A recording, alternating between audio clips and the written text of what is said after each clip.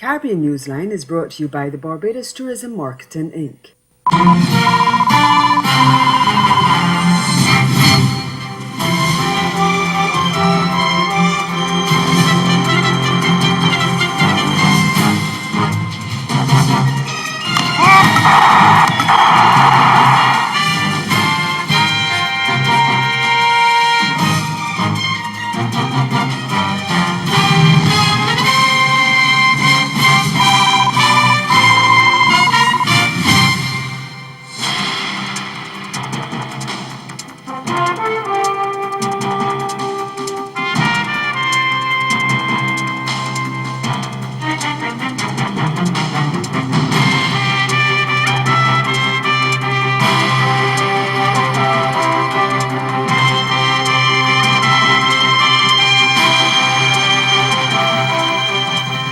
A former Trinidad and Tobago ambassador suing the country's prime minister. That's our top story in Caribbean Newsline for Wednesday, July 12. From the CMC News Center in Bridgetown, I'm Nicole Best. Good evening. Trinidad and Tobago Prime Minister Dr. Keith Rowley is facing a lawsuit over the termination of one of his ambassadors. On Tuesday, a High Court Judge, Justice Frank C. Prasad, granted Eden Charles leave to file for judicial review, challenging his termination on the grounds that it was illegal. We get the details in this CNC3 News report. Charles was terminated following a cabinet decision last year, and in January he petitioned the court seeking judicial review. He was appointed as this country's deputy permanent representative to the United Nations in 2012 by then-President George Maxwell Richards on the advice of then-PM Kamla Persad-Bissessar. Justice Frank C. Prasad granted Charles the leave which he sought. The former ambassador is seeking, among other things, a ruling that the process used to terminate him is illegal and unfair and was made in bad faith. He is also seeking to have the High Court declare that the cabinet decision was null and void and of no legal effect, and that it was contrary to his fundamental human rights. Based on the argument, he wants the court to quash the decision and make an order to have him reappointed. And over in Dominica, Prime Minister Roosevelt Skerrit plans to sue Electoral Commissioner Hillary Shillingford for defamatory statements made on a radio talk show last month. Shillingford, who is also a supporter of the opposition United Workers' Party, is reported to have accused Skerrit of using state funds to bring in supporters from the diaspora to vote. Legal advisor to the Prime Minister, Senior Counsel Astafan, that's Anthony Astafan, told CMC News a pre-action protocol letter dated June 16 was sent to Shillingford, giving him until July 5th to apologize, retract his statement and pay compensation and costs. He was advised that failing that, legal action would be taken against him. The Minister has decided on a zero tolerance on matters such as this, when an advocate of the United Workers' Party in the opposition and a member appointed to the Electoral Commission can go on public radio and accuse the Prime Minister of criminal misconduct. Totally false, absolutely fabricated, maliciously made. The Prime Minister had really and truly no alternative but to instruct his legal team to write the individual, Mr. Hillary Shillingford, and that we intend to file a case against him in a matter of days. This foolishness must stop. Shillingford is not the first person to be sued by the Prime Minister or a member of the government in recent times. Lawsuits have been filed against opposition leader Lennox Linton for defamatory statements, one of which was filed jointly by several ministers. Astafan says it is time to put an end to what he terms the prostitution of the media and the abuse of freedom of expression. Over the last few months, we have in fact sued Mr. Lennox Linton, and other persons. So we have a number of cases pending in the High Court right now, and we recently won another case against Lennox Linton on behalf of the individual members of the cabinet. Barbados is facing the possibility of a nationwide shutdown led by the island's leading trade unions. The Barbados Secondary Teachers Union, the Barbados Union of Teachers, the Barbados Workers Union and the National Union of Public Workers on Tuesday gave Prime Minister Frandell Stewart 48 hours to respond positively to their demands for a reprieve from the austerity measures announced in the May 30 budget or face a possible national shutdown. The threat came after the leaders of the four unions had earlier aborted an attempt to hand-deliver their request in writing to the Prime Minister. Hundreds of union members took to the streets of Bridgetown to express their displeasure with the additional taxes. The unions had previously demanded that government either rescind the steep increase in the National Social Responsibility Levy, which climbed from 2% to 10%, or give workers a coping subsidy. But at a meeting with Shop Steward last week, they backed down somewhat, saying they were prepared to live with the levy at 5%. St. Lucia's Agriculture Minister Jimmy Henry has called it quits. Henry announced his resignation on Wednesday in a video on social media, saying that he decided to step down for personal reasons. His decision comes less than 7 days after former Government Minister Richard Frederick revealed during a live talk show broadcast Henry's impending ouster. Frederick claimed Henry was part of what could be a cross-border investigation that reportedly involved Barbadian law enforcement agencies. The embattled agriculture minister was intercepted at the George F.L. Charles Airport by authorities who were reportedly acting on intelligence obtained from surveillance that may have included monitored communication. Reports say Henry was carrying a significant sum of cash and was bound for Barbados at the time. But National Security Minister Herman Guild Francis on Tuesday denied knowledge of any such investigation regarding Henry and suggested that the allegation was political mischief. In the video posted on social media, Henry disclosed personal reasons were at the center of his decision to resign. For reasons altogether personal, I have decided to tender my resignation with immediate effect from the Senate and as a minister. Due to these personal matters, at this time I am unable to give the attention necessary to my ministerial duties. I wish to thank my dedicated supporters in Dennery North who have stood by me through thick and thin.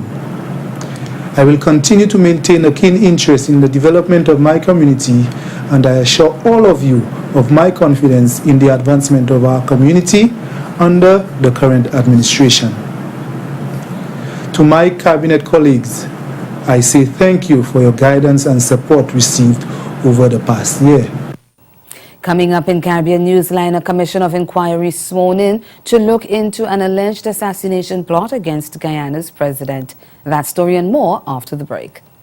Join the Caribbean Broadcasting Union and its regional and international partners at the CBU Annual General Assembly, August 21st through 24th at the British Colonial Hilton Hotel in Nassau, the Bahamas, under the theme Digital Developments in Caribbean Media.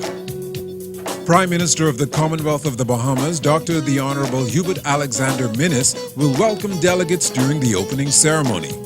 Guyana's Minister of Public Telecommunications, the Honorable Kathy Hughes, will offer a keynote address on digital developments in the region. See the launch of the UNESCO-sponsored Manual of Social Media Guidelines for Caribbean Journalists, with guest speaker Jamaica's Director of Public Prosecutions, Paula Llewellyn. And hear from international media players about the new developments in digital television standards in Europe, the US, and Japan. And this year's Caribbean Broadcasting Awards Gala at the Atlantis Resort Paradise Island is not to be missed. Call 246-430-1007 to book your space in the 3-day conference and exhibition. Don't miss the CBU 48th Assembly at the British Colonial Hilton Hotel in Nassau from August 21st through 24th. Discounts on flights to the Assembly on the official airline, Caribbean Airlines. In a place where legends start, the beach is just the beginning. So live a little for the exhilaration and the color of every moment, where time is and life is a spirited event.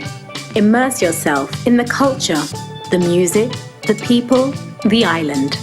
Love Antigua and Barbuda. Embrace and experience that leaves you breathless, from cricket to sailing week to carnival and more. Antigua and Barbuda, the beach is just the beginning.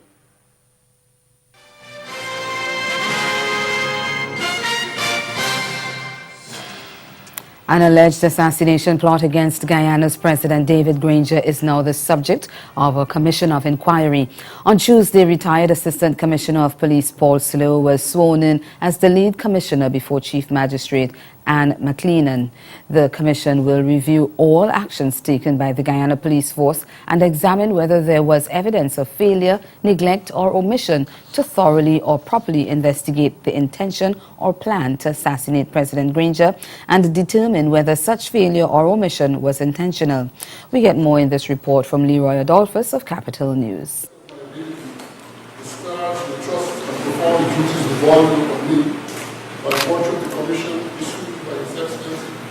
David Granger, President of the Cooperative Republic of Guyana, on the 11th day of July 2017, on the seal number 177 of 2017, and I do so swear.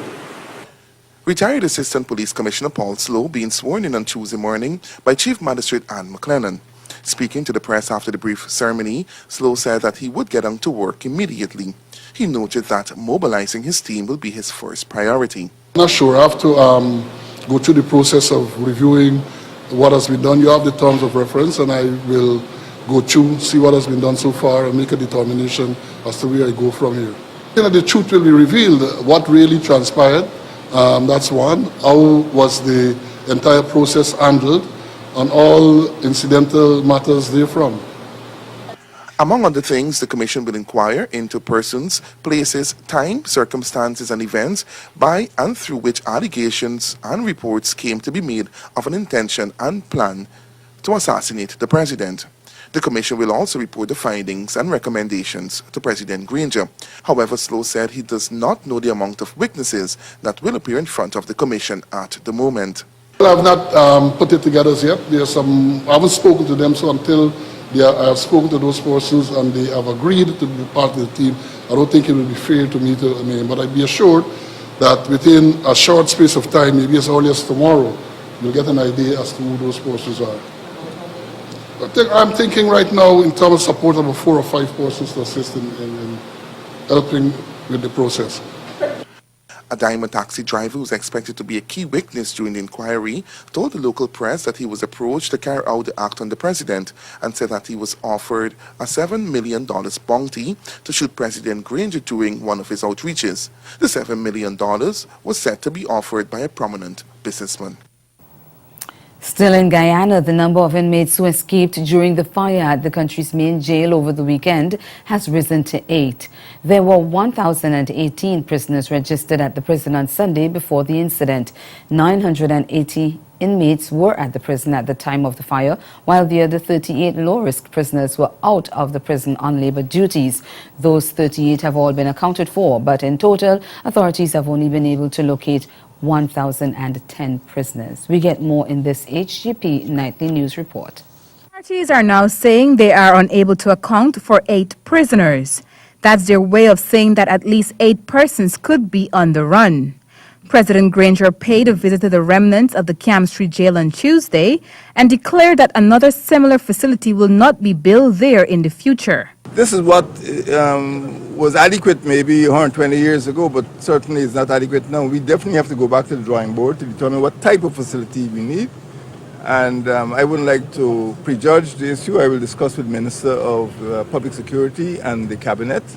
But we're not going to have the same type of facility here again. So that's as much as I can say at present. The devastation here is almost total, and we don't have any intention of rebuilding it as it was before. Over in Lusignan, a magistrate is at work in the prison and qualified prisoners are continuing to be set free. But the authorities have the facility under tight wraps, and not much could be seen or heard. The promised significant infrastructural improvements have not materialized in the 24-hour period signaled by the Commissioner of Police on Monday, and the harsh conditions make the prisoners edgy.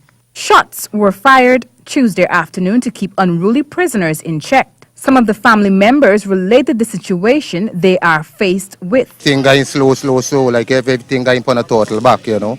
Because right now, why they here, so normally when I come here, just put the food in the containers, just be out here, they just put the food in the container, and you left and go away. Right now, the food is in the container, they ain't putting the food in the container, they're collecting the food, they gotta wait till the food go in, they gotta wait till they don't empty the container. Jamaica's Prime Minister Andrew Holness has ordered an audit of the cell phone bill of all ministers and a cap on cell phone expenses. His decision comes on the heels of a whopping $8 million Jamaica dollar bill racked up by Minister of Finance Audley Shaw.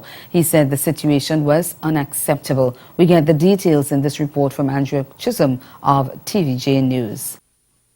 We told you in May this year that 9 government ministers and 2 state ministers racked up cell phone bills amounting to almost $2.8 million between March 2016 and February 2017. But now, one particular government minister has almost tripled that amount. The total cell phone bill for Finance Minister Audley Shaw for the same period was roughly $8.34 million. Yes, 7 figures. Interestingly, the Finance Ministry indicated that Minister Shaw was only told about his high phone bill this year, and that was after the Financial Secretary got wind of TVJ's ATI request in March. Point of information, TVJ News did not get a full response to the request for the phone bills in the Finance Ministry until Friday, July 7. And even so, we did not get copies of the actual bills, just a sheet outlining the total for each month. Now, the 3 lowest bills for the Finance Minister were over $5,000, over $22,000, and over $68,000. And the 3 highest? Well, in December, it reached over $838,000. There was a bill for over $1.5 million in August, and in October, the bill reached over $4.2 million. So, what's the explanation? For August and October, the Finance Ministry said Mr. Shaw traveled overseas for urgent personal reasons and unofficial business. He was involved in finalizing Jamaica's precautionary standby agreement with the IMF. After getting the high phone bill, a query with the service provider showed that the charges were due to data usage while roaming. When Minister Shaw's phone bill was inspected, we were told that mobile data roaming settings were not adjusted for use over Wi-Fi only. The ministry adds that his phone settings were later adjusted and the Finance Minister was told to connect to Wi-Fi's as often as possible. Since then, the Finance Ministry says Audley Shaw has paid roughly $2.6 million to the ministry for personal roaming data usage. TVJ News did not get a copy of a check or receipt, nor any indication as to when the money was paid. There was also a discount of a little of over $1 million. So technically, the ministry paid roughly $4.76 million. Now, having found himself into a pickle, Audley Shaw has since instructed the Finance Ministry to place a cap on usage for government-issued cell phones. Technocrats are to also consider setting limits on calls and data services for government officials who do not have limits. Negotiations will also be carried out with the service provider for them to offer special deals for such officials who travel abroad. And ahead in Newsline Sport, West Indies under-19s salvage a victory in the second Youth One-Day International. Stay with us. Sport is next.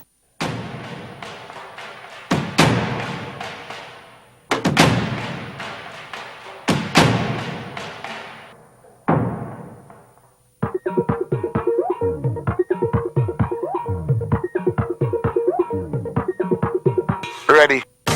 It's another episode. When we out on the road, this is what we love to celebrate, to celebrate. This is not Hollywood. No, we don't come out of road. Drink, drink, drink. King Baba and the guitar. Hey, hey, hey. Every fat that boy keep on calling me wrong name, but that's okay, 'cause that's my babe. I don't understand how wearing a name tag on me. You know what to say, you still calling me wrong. Don't get vexed with me. Don't say that. In a place where legends start, the beach is just the beginning. So live a little for the exhilaration and the color of every moment, where time is and life is a spirited event. Immerse yourself in the culture, the music, the people, the island. Love Antigua and Barbuda. Embrace an experience that leaves you breathless, from cricket to sailing week to carnival and more. Antigua and Barbuda, the beach is just the beginning.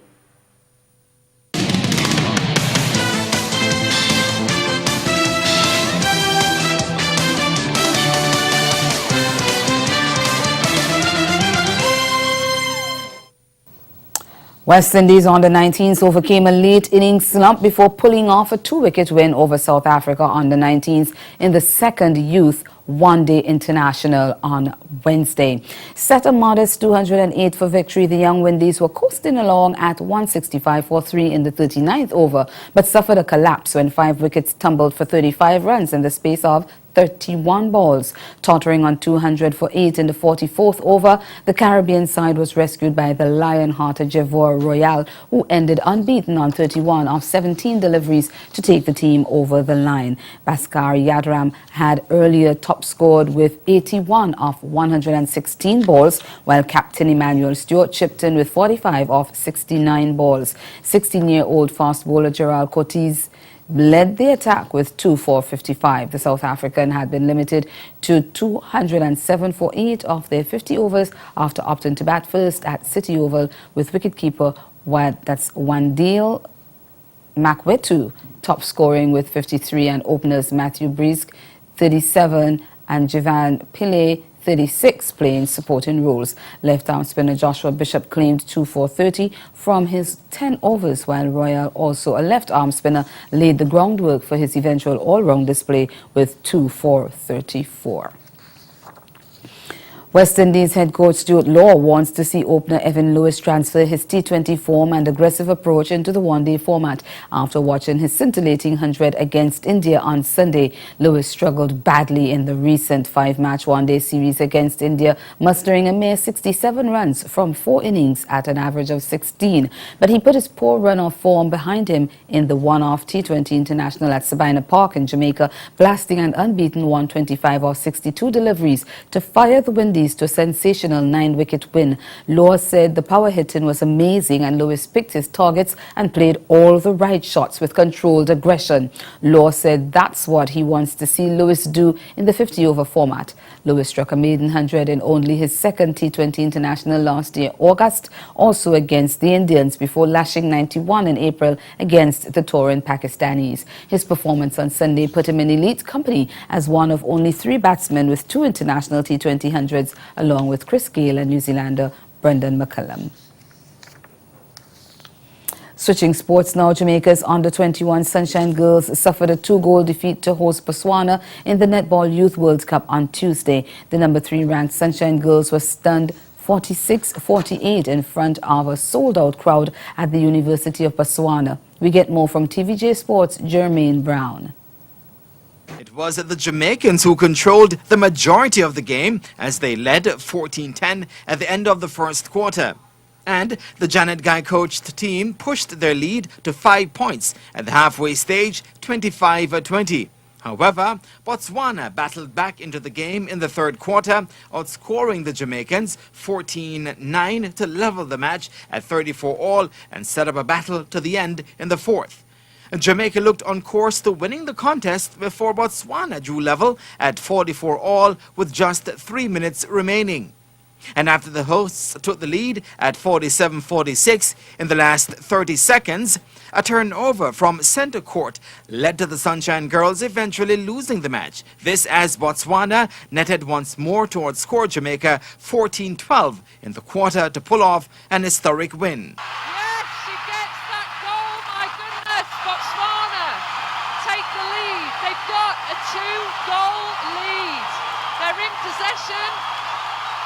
Moving into final minute.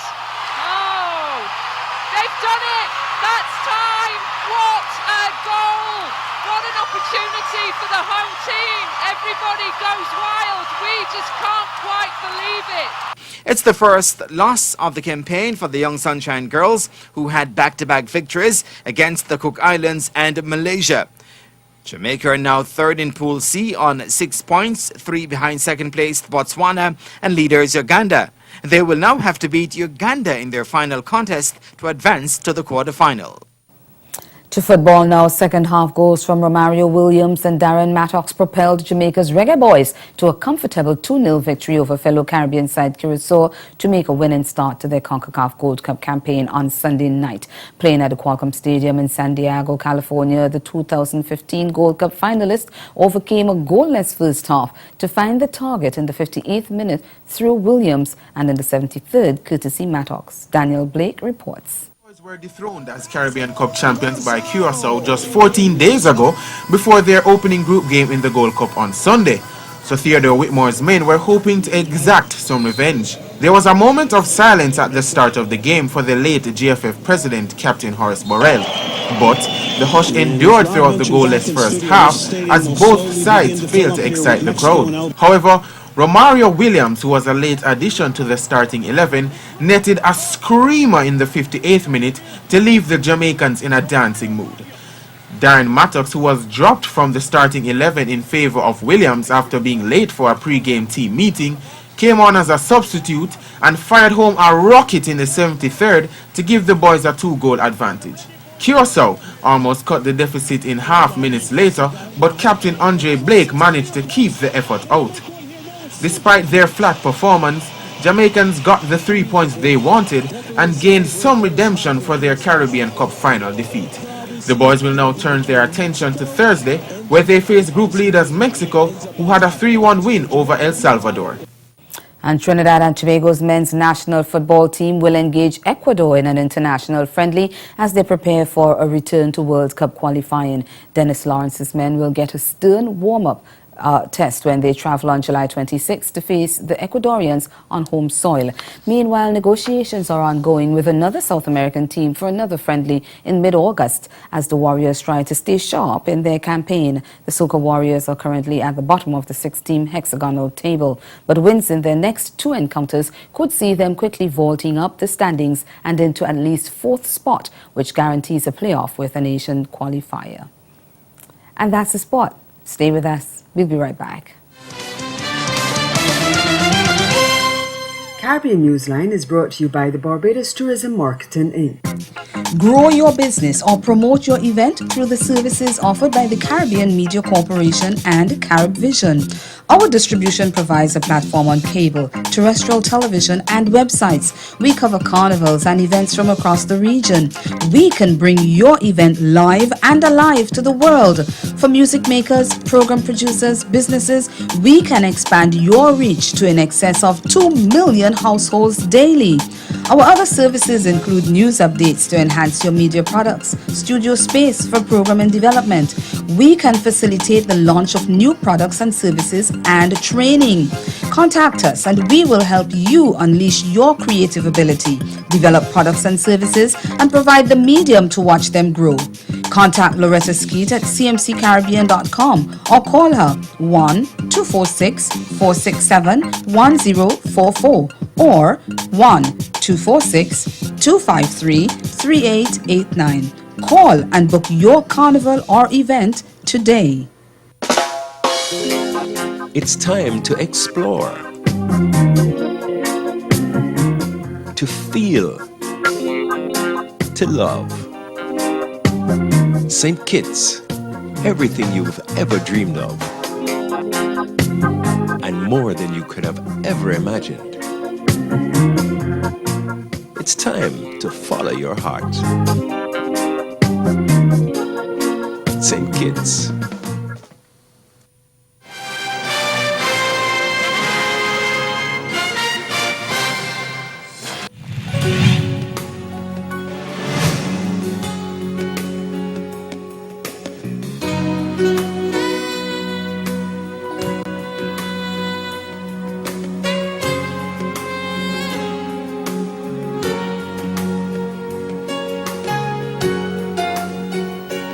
Again, the major developments of this day, Trinidad and Tobago Prime Minister Dr. Keith Rowley facing a lawsuit over the termination of one of his ambassadors in sport. West Indies under-19 pull off a 2-wicket win over South Africa. That's Caribbean Newsline. Have yourselves a good evening.